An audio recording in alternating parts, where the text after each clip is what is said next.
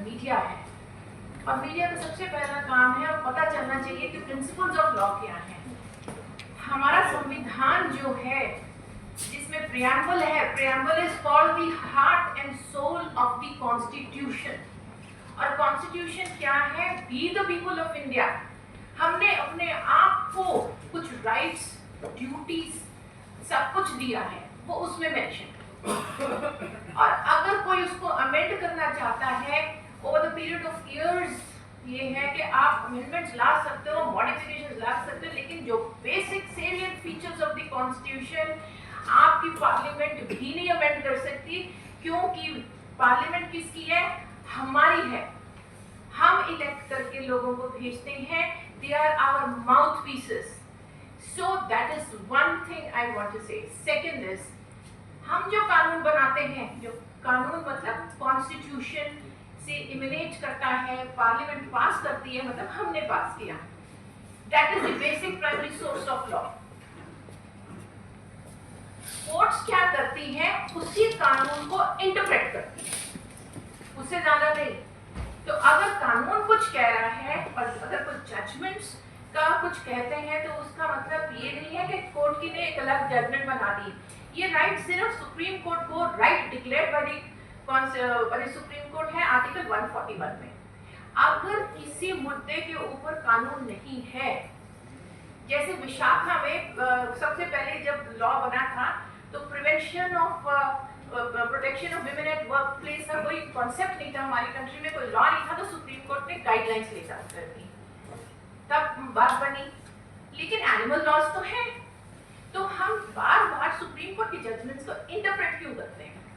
Supreme Court judgments, दूसरा principle, have to be read the way they are. उसको contextually पढ़ना पड़ता है। तो कॉन्टेक्स्ट जब रेबीज का है, अग्रेसिव एनिमल्स का है, तो आप बताएं उसके आगे हम लोग इंटरप्रेट क्यों करते हैं? कोई कॉन्फ्लिक्ट ही नहीं है। सुप्रीम कोर्ट ने जो भी कॉन्स्टिट्यूशनल वैल्यूज हैं उसको आपको बताया कि इस मुद्दे, क्योंकि उस पर ऑलरेडी लॉज हैं, उसको बताया गया। कई कॉन्ट्रोवर्सीज थी, म्युनिसिपल अथॉरिटीज ने ये नहीं किया, वो नहीं किया, they were addressed, arguments were addressed and the honourable Supreme Court उन्होंने देखा, समझा, उसके बाद बताया कि क्या करना है। तो एक चीज मतलब ये दूसरी चीज है। तीसरी, हम जब लॉ स्टूडेंट्स थे कॉलेजेस में, आगे पीछे सोसाइटी में भी, सो अब हमारे शास्त्रों में भी लिखा गया है, justice has to be administered with compassion. कोई भी जब हम न्याय करते हैं ना, तो हमारे अंदर एक कंपैशनेट व्यू होता है, एज अ जज आई कैन से, लेकिन वो कंपैशन मिसप्लेस्ड नहीं होना चाहिए। अगर वो मिसप्लेस्ड होता है तो हमारा बैलेंस बिगड़ता है सोसाइटी में। सो that is the third principal. अब हम बात करते हैं environment, which includes the flora, fauna, animals on one side and human beings on the other side. Supreme court का देखो ऐसा है कि सबसे हाईएस्ट कोर्ट है। एक जुडिशरी में एक जुडिशियल डिसिप्लिन होता है, एक हायरार्की होती है। अगर किसी ने, हमने जैसे डिस्ट्रिक्ट कोर्ट्स में कुछ गलती करी है या नहीं करी है, कोई एग्रीव होता है, वो हायर कोर्ट्स में जाता है, हायर कोर्ट में कुछ फैसला होता है, वो सुप्रीम कोर्ट में जाते हैं। So the Supreme court is right because it is the highest court. उसका एनालिसिस करना कि वो सही है या गलत है, जुडिशियल डिसिप्लिन के खिलाफ है, जो उन्होंने कह दिया वो कानून है, फाइनल है, क्योंकि सुप्रीम कोर्ट से ऊपर तो कोई संविधान में दिया नहीं है, otherwise it's going to be an unending thing. In that context अब हम आते हैं इस जजमेंट के ऊपर। इसमें बहुत सारी कॉन्ट्रोवर्सीज उठी हैं, लेकिन आपको मैं 3 प्रोविजंस कॉन्स्टिट्यूशंस के बताती हूँ जो कि हम लोग day in and day out apply करते हैं। कोई भी पिटीशन आप डाल दें, सबसे पहला आर्टिकल होता है article 21, right to life and liberty. वो किसके लिए है? ह्यूमन बीइंग्स के लिए है, एवरी पर्सन, जिसमें सिटीजन, नॉन सिटीजन इन्वॉल्व होते हैं। दूसरा जो हम कहते हैं 51AG, it says her citizen का ये फर्ज है, they have to show compassion towards living things. So जब हम 21 पढ़ते हैं तो 51G साथ में पढ़ते हैं। तीसरा है 48A, जो कहता है कि किसकी ड्यूटी है प्रोटेक्ट करना, ये है टू एनवायरमेंट में एनिमल्स आते हैं, प्लांट्स आते हैं, तो किसकी ड्यूटी है? ये है स्टेट की ड्यूटी। अब आते हैं कि किस तरह से लोग इस जजमेंट को लेते हैं। वहां पर हमारी सोसाइटी में मिसकंसेप्शंस हैं। जो इम्प्लीमेंट करते हैं, इम्प्लीमेंट कौन करता है? सबसे पहले तो जो प्रोटेक्ट करते हैं that is the police, the municipal authorities, और उसको अगर किसी के राइट्स वायलेट होते हैं तो इम्प्लीमेंट करती है कोर्ट्स। तो how do we interpret this judgment in the light of the constitution and legal provision is the basic question. Now अब एक क्वेश्चन आता है कि क्या जब हमारा कॉन्स्टिट्यूशन ये कहता है, एक तरफ से कहता है इंडिविजुअल राइट्स हैं, दूसरी तरफ से कहता है एनिमल राइट्स, एनवायरमेंटल राइट्स हैं, तो क्या ये कॉन्ट्रडिक्शन नहीं है? नहीं। Constitution takes care of both these things, और इसीलिए आज की जो सुप्रीम कोर्ट की जजमेंट है ये दोनों चीजों का ध्यान रखती है। अगर किसी बात पे साइलेंट है तो इसका मतलब है जो कानून जैसा है वैसा ही आपको फॉलो करना है। किसी ने ये नहीं कहा कि क्रूएल्टी टू एनिमल्स एक्ट को आप भूल जाओ, आईपीसी को भूल जाओ, अपने हाथ में डंडा उठाओ, किसी के सिर पे मार दो, चाहे वो इंसान है चाहे वो एनिमल है। हम पेड़ तक काटते हैं तो सामने म्युनिसिपल अथॉरिटीज खड़ी हो जाती हैं। अरे जब one of our eminent scientist got virtually a Nobel prize when he said even the trees have souls. आज वर्ल्ड ओवर ये चीज मानी गई है। जिस चीज में से जो भी जीवात्मा है, जिसमें जो कि प्रोपोगेट करती है, उसमें जान है, दर्द उतना ही होता है, भूख उतनी ही लगती है जितना एक जीव को जितना दूसरे जीव को लगती है। तो फिर कानून और राइट्स कैसे अलग हो सकते हैं? तो इसका मतलब ये है कि we have to balance the mutual coexistence. और जब हम इकोलॉजिकल बैलेंस देखते हैं, अगर पॉपुलेशन बढ़ती है एक की तो दूसरी के भी इफेक्ट होता है, बैलेंस डिस्टर्ब होता है। उसको कंट्रोल करने के लिए किसका फर्ज बनता है? स्टेट का फर्ज। और अगर कॉन्फ्लिक्ट होता है तो that is failure of the state to ensure mutual coexistence. That is it. So what happens? Who's the real culprit under these circumstances? It is decades, कई सालों से एडमिनिस्ट्रेटिव फेलियर्स हो रहा है। गवर्नमेंट एक पर्टिकुलर हेड में funds देती है, फंड्स दिए जाते हैं, कहाँ जाते हैं? रिजल्ट्स नहीं है, और पेपर रिजल्ट्स है। वहाँ पे गोस्ट वेटरनरी शॉप्स चलती हैं, गोस्ट अकाउंट्स बुक्स होती हैं, सब कुछ होता है, लेकिन आज तक किसी की प्रिवेंशन ऑफ करप्शन एक्ट में इंक्वायरी नहीं हुई। मैंने रोज बैंकर्स के केसेस देखे, हमने पॉलिटिशियंस के देखे, जजेस के देखे, हर फील्ड के देखे। आप देखिए ये सिचुएशन है। So what has the Supreme Court said? A short analysis of the judgment is, it has not declared war against community dogs. कहीं पर उन्होंने नहीं कहा, जो ये जनरल इंप्रेशन है। It has not authorized indiscriminate removal or extermination. उन्होंने ये नहीं कहा पुलिस उठाओ कहीं पे फेंक दो। No, it is not said. उन्होंने सिर्फ 3 प्रिंसिपल्स रीअफर्म करे हैं। First, public safety cannot be compromised. Number 2, management of stage, population must remain human, उनको मैनेज करें in a human way. Number 3, local authorities can not evade their responsibilities. अब इन सारी चीजों में सबसे बढ़िया काम किसका हो रहा है? लोकल अथॉरिटीज का। कभी किसी की बिल्डिंग में आग लग जाती है, कभी किसी की छत गिर जाती है, तोड़ किसको रही है? मैंने कल ही देखा, तोड़ सड़क की सीढ़ियां लगी हुई है ना, सड़क को खोद रहे हैं, बिल्डिंग्स को नहीं तोड़ रहे हैं। जो अनऑथराइज्ड कंस्ट्रक्शंस की जो एनक्रोचमेंट्स हुई हैं, वो सिर्फ I mean it is just an eye wash. That is what the municipal authorities are doing, and they are, जिसको कहते हैं ना तोड़ फोड़ में मतलब हरकत में बरकत, तो वो है। And we all know this is the partiality. So what does the Supreme Court then say?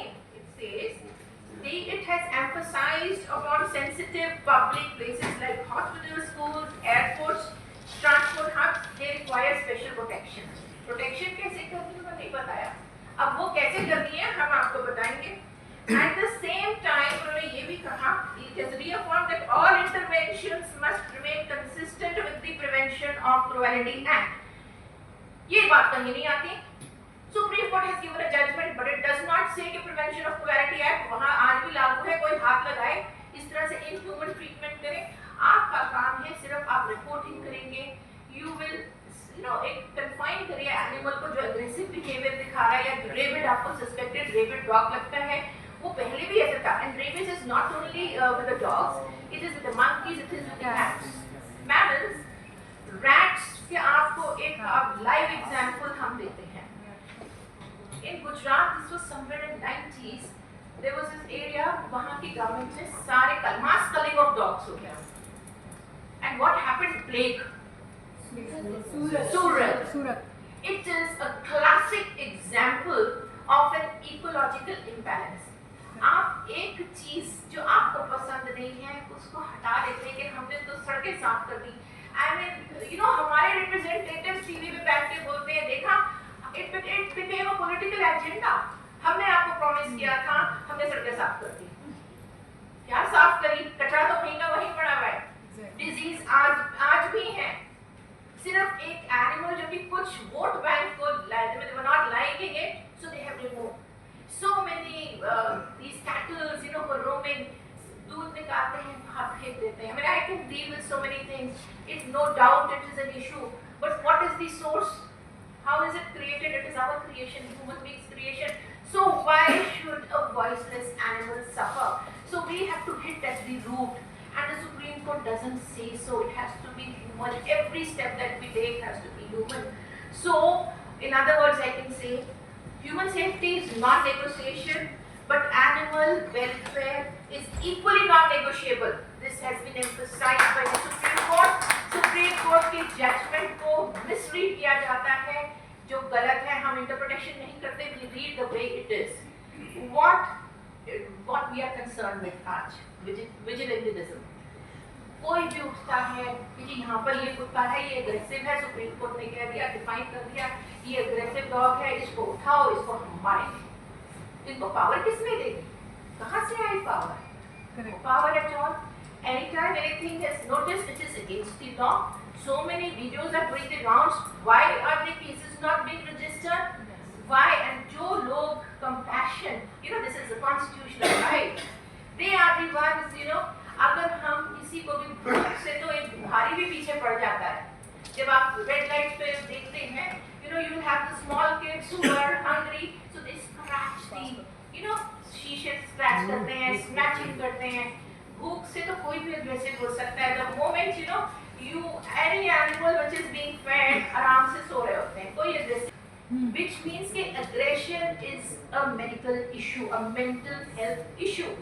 Any person who exhibits or talks about aggression will do it with animals. So it starts with animals, it starts with trees, पौधे काटते रहते हैं, फिर animals को मारते हैं, फिर human beings के ऊपर आ जाते हैं। So this is how the aggression becomes a habit of a human being. I'm worried with this kind of a society. When Gandhi ji said ahimsa, he was an experienced man. It takes a lot when you talk about peace. It takes a lot when you talk about non-violence, and that is what we are. हमें बहुत patience है, लेकिन एक limit उसके आगे है. So this is what the Supreme Court says. Any attempt to take law into your hands undermines both public order, constitutional morality. It is punishable. It does not allow anybody to do these things. Now, what is the way forward? It is very important. And I think that is what we are here for. हम रोज सुनते हैं ये हो रहा है, ये हो रहा है, हम बड़ी-बड़ी बातें करते हैं, लेकिन आगे क्या करें? What do we do? And we all say कि जी हमको एक institutional reform चाहिए, बिल्कुल चाहिए। MCD के officials जो करते हैं, जिन्होंने आज तक काम नहीं किया, तो उसका पूरा institution की overhauling करनी पड़ेगी, लेकिन कौन करेगा? Who is going to do it? So ABC होनी चाहिए, universal sterilizations होनी चाहिए, vaccinations होनी चाहिए, number 1. Then number 2, we need to have a veterinary accountability. I'm talking to the veterinary doctor. Every registered veterinary doctor should have facility and should contribute to public animal health programs. Correct. Stray animals should not be dependent solely on the volunteers and charitable institutions. ये हमारी एक ordinary citizen के ऊपर ना थोपी जाए। State का issue है, इसको हम ये ना सोचे कि ये तो चैरिटी में दे कर रहे हैं, नहीं, ये हमारी मॉरल और हमारे देश के प्रति ड्यूटी है, हम इसलिए करते हैं। और इसीलिए जिस तरह हम ह्यूमन बींग्स के हम MBBS डॉक्टर्स के लिए कहते हैं, वेटनरी डॉक्टर्स को भी हमारे जो इंडियन स्टेट्स हैं उनको they should treat them on emergency basis अगर आते हैं, और उनको फ्री ट्रीटमेंट मिलना चाहिए। और उनके हर डॉक्टर की जो रजिस्ट्रेशन होती है, you must ensure that they have sufficient space when they are opening up their big shops. I will not call them hospitals, where they can have, you know, they should have OPD के अलावा boarding facility at least 2 या 3 dogs की होनी चाहिए कि आप उनको operate करें, इंडियन स्ट्रेस को उनको रखें 10 दिन के लिए। They deal with human beings. 5-star hospitals खुल गए हैं veterinary, but the kind of treatment only a rich man can afford it. And rich men don't take up the indies. बहुत कम है जो कि उठा रहे हैं. So who's the ultimately subject कौन है, stakeholder कौन है? That's it. So ultimately तो I mean this so this is all over. Delhi high court में अगर 4 कुत्ते या 5 कुत्ते कम्युनिटी डॉग बन के रहते हैं, तो मैं अपने आप कहती हूँ कि no, we have to write to the chief justice, even in the Supreme Court, even in the hospitals. इतनी जमीन होती है, वहाँ फ्लावर्स लगा सकते हैं। अरे 10 बाई 10 की जगह दे दो, 4 लोगों को वहाँ पे हाउस करने के लिए। प्रॉब्लम क्या है, इतने सारे सब्जेक्ट्स जो आते हैं ना, रोज ढूंढ के उनको खाना ला के देते हैं।